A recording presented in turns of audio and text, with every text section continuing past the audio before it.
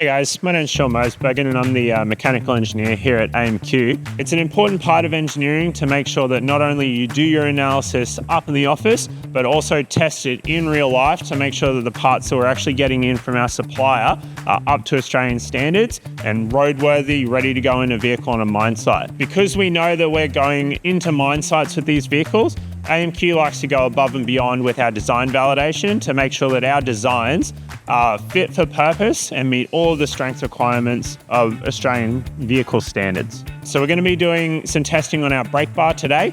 We've made some changes to it, a little bit of weight saving, a little bit of material change in some places, and we just need to verify that it still meets the strength requirements that AMQ expects from all the parts that we put in our vehicles.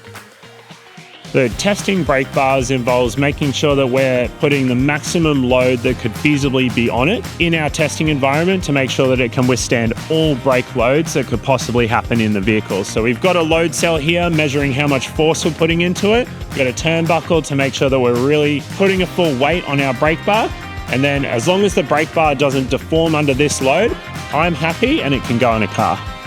So in a typical use case, a brake bar only sees about 80 to 100 kilograms of force on the upper side. The highest Australian standards ask about 180 kilos out of us.